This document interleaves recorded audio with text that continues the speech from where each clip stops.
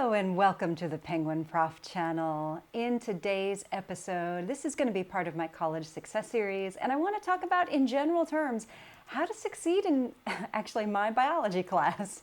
The goals for this video are as follows. We want to reduce stress as much as possible. Of course, you want to figure out how to stay organized, kind of have a game plan for how to go about this, and how to set yourself up for success. Before we get into it, you know the drill. I got to ask for your support. Please take a second and click those buttons below. Another way that you can help out the Penguin Prof is to check out Audible and download a free audiobook of your choice by clicking the link below.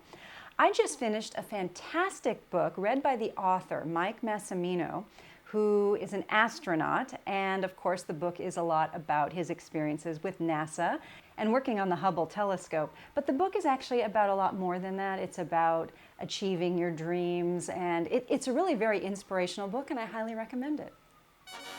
All right, we're going to get into the big questions of life right now. What it's all about, why we're here. No, this is the big question that I get most of the time. How do I get an A in your class? Okay, that's what people come to me and they say, what do I do? So I'm going to tell you, the first thing you've got to do is have a positive attitude. I know you hear this a lot, but you cannot believe what a difference it makes. Don't walk into a class thinking, I'm going to fail. Okay, I can't do this. I'm not smart enough. Students actually tell me that this is what they think. Have a positive attitude. You can do this. You know, everybody has the capacity to learn this kind of material. It's just a matter of how hard you have to work, what other obstacles you may have, but we all have talents and we all have challenges. So have a good attitude going in. Let's get started. The first thing that you're going to do is follow directions. And I provide in my online class a checklist, a really sort of a prescribed way of going through the content. So in science and math, things are pretty linear most of the time. You have to sort of achieve a level of mastery of some concepts before you can build on them and go to the next thing. And depending upon what kind of classes you've taken, you know, this may or may not be familiar to you, but follow the directions. Next, you want to take a picture walk through the chapter. So this is the idea that you go through the chapter and you just look at it, you skim it, pay attention to the figures. Look to see what's coming. Now in my online class, I actually make videos where I do this with you. So I kind of skim the chapter with you. But even if you're not in my class, take a picture walk first before you dive in.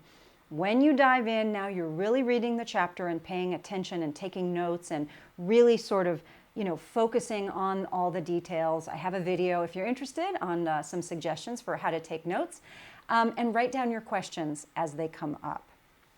You want to focus on vocabulary as you do this. So a lot of science is about vocabulary. It is like learning a new language. So keep the vocabulary going as you are reading through the chapter. Use flashcards, there's apps, there's all kinds of things. I have a video on medical terminology if you find that helpful, but don't neglect vocabulary because it will sneak up on you and you'll be overwhelmed.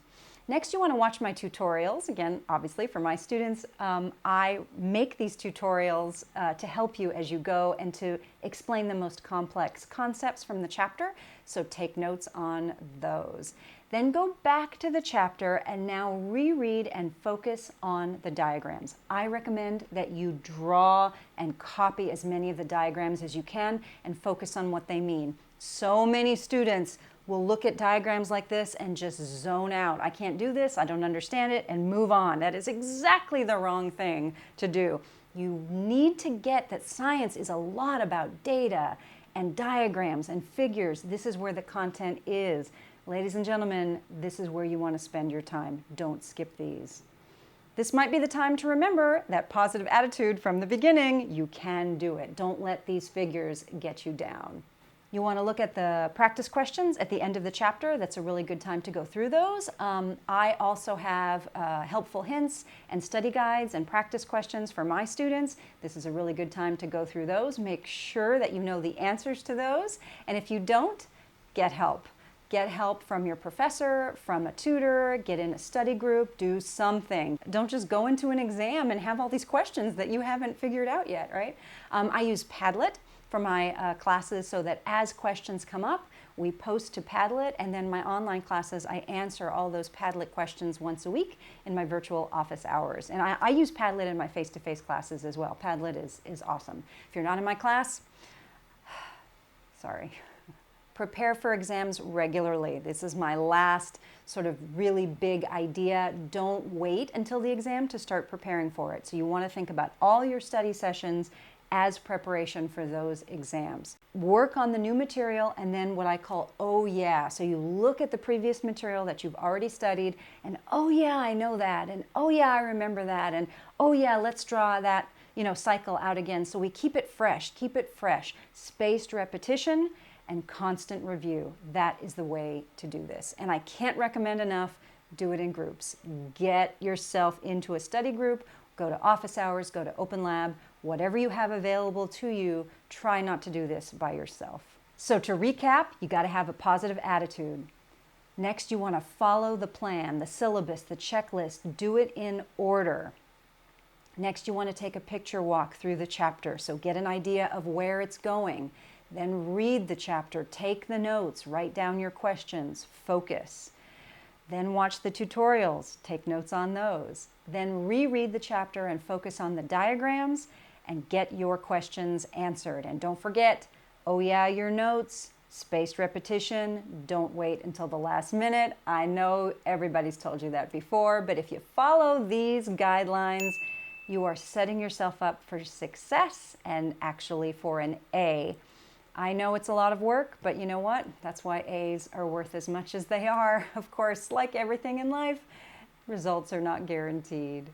If you want more information about these topics, I am constantly updating this material on my website, so you can click Help and then you can click Study Skills on penguinprof.com. I'm just collecting materials to help my students to learn how to study more effectively. As always, I hope that was helpful. Thank you so much for visiting the Penguin Prof channel. Please show your support by clicking those buttons below. Like, share, and subscribe. Join me on Facebook. Follow on Twitter. Good luck.